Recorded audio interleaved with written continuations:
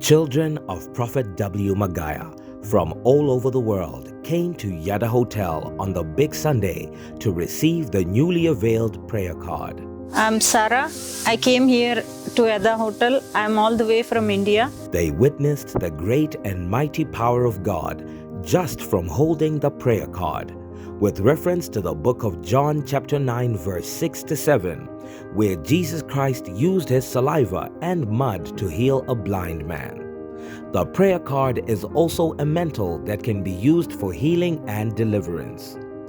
And I was here on the big Sunday and I've received my Touch of Grace prayer card.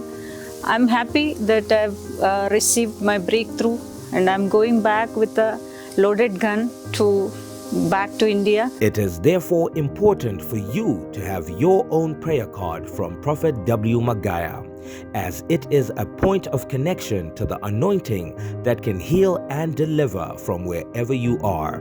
Be part of the Yadah Hotel visitors and receive your own prayer card.